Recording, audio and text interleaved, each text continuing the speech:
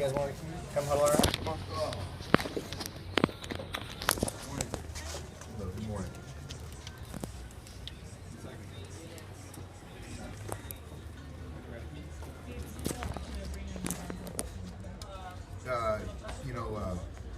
We haven't officially made the move. Julio, we got to make a decision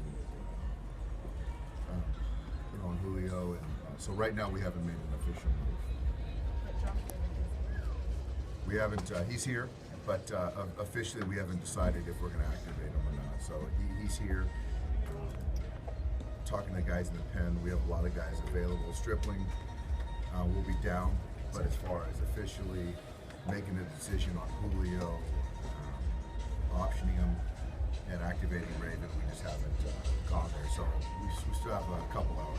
How difficult is it to make that decision, knowing how much your bullpen has had to clear the last few days, and you're trying to work through this? It's tough.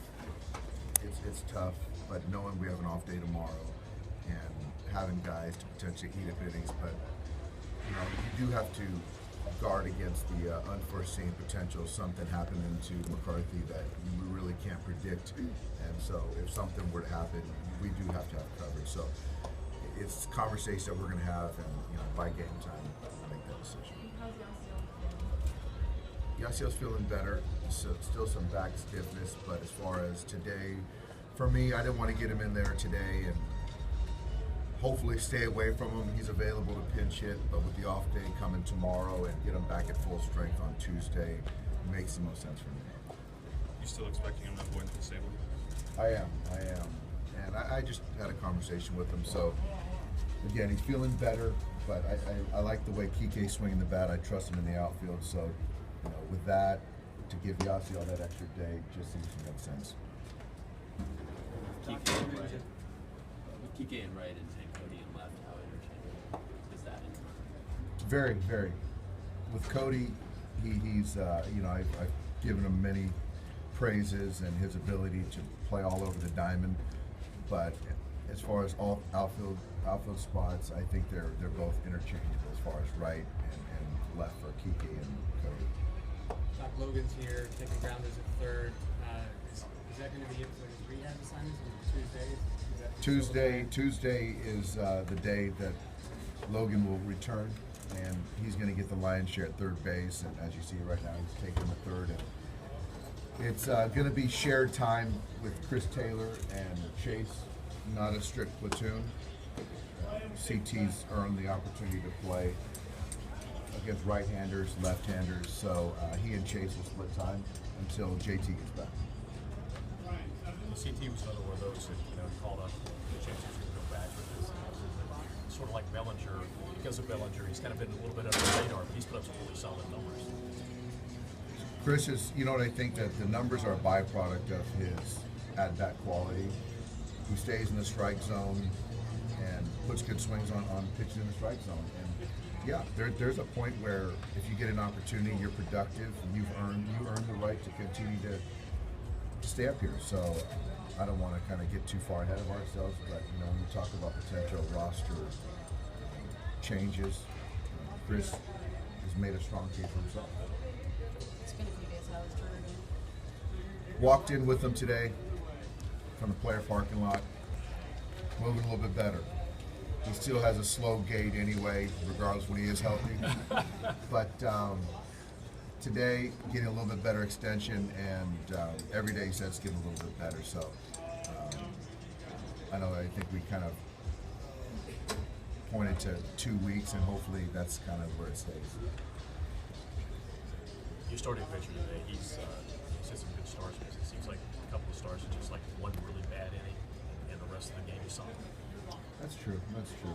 He's had a couple bad innings, and you've got to kind of damage control. But honestly, Mac has been focused, and he's dealt with that shoulder thing. But I think that we've got that at bay, so I expect him to throw well. And yeah, I think a lot of pitchers, and the other night with Alex Wood, there was some traffic, but found ways to get some ground balls and turn some double plays. So that's kind of limiting damage control, whatever you want to look at it. So The good ones find a way to do that, and I expect Max to go out there and continue to make pitches. Have you seen a tangible change in Adrian since his time off? He's still trying to, timing is a little bit off. I know he's excited to be back. I know that he would like to come off and start off hot, but just his presence in the lineup means a lot, for us. So he'll get it going. But as far as strength, I think he's got his strength back. The extension is there, but there's some balls that he's just a little click out and around. But he'll get it. He'll figure it out. Isn't part of that maybe accelerating his timetable a little bit when Justin got hurt too?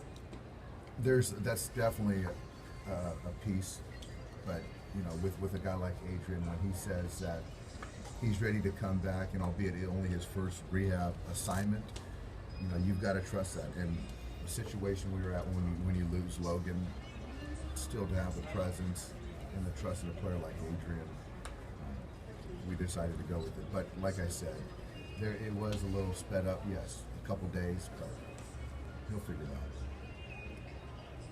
Have you ruled out the possibility that he would go back on the DL once Logan comes back? No, that's not. I don't think that's a possibility. I mean, I think that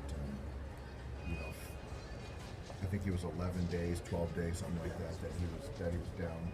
So I think right now physically he's fine. I think a little bit the timing of the swing, the rhythm of being back in a major league game is something that he's going to kind of have to work through. Dave, both Don and Giancarlo said that what happened late on Friday night may have motivated them. Giancarlo used the term woke them up. Is that something you may have noticed in yesterday's game, and how long do you think that can even carry over? I can't speak to their clubhouse and how they're playing, and if they feel that motivated them, then that's how they feel. For me, it comes to the starting pitcher making pitches and getting behind. And our guy last night didn't make pitches. So I expect our guy to do that today, and I expect us to win. So whatever they think, it really is no concern to me. When you look at what Julio's gone through, and everybody's trying to figure out what the best thing is to protect his arm and innings, pitch limits, whatever it might be, is it really surprising that he's had some command issues, given that he hasn't just built up every fifth day like any other starter, that he's been a little slow and sent to extended spring and then sent to Oklahoma City, or is that not relevant? I think that I think that there might be a case, but he's had 5 starts here of consistency. So his season was started late, but if you look at the build-up, wherever it is, whether it's in the major leagues or in Oklahoma City, he had starts on a regular schedule to then make the starts here. So for him to not have the consistency in his breaking ball, leaving the change up, the fastball command, I don't see that as a reason why. I really don't. And I think that, and he'll say the same thing. So for me, and talking to Rick, I don't think that's the reason. With Julio, last year he had said some of the calls he may have been getting in AAA's, that are close on the corners he was getting, and at this level he wasn't necessarily getting. Do you think that's something he might need to learn? I guess the strike zone of the umpire that night and what he could do. Last night excluded because he wasn't any closer. Ron, I think that there's something to that last year, but the inconsistency of hitting his locations has been unfortunately consistent. So I don't think that has anything to do with the umpire strike zone at the major level. So there's something to learning the major league strike zone, I guess, but there's also a component of hitting the catcher's mitt. Thank you. Thank you. Thank you, Dave. All right, guys. See you, Dave. Hey, good to see you too, buddy.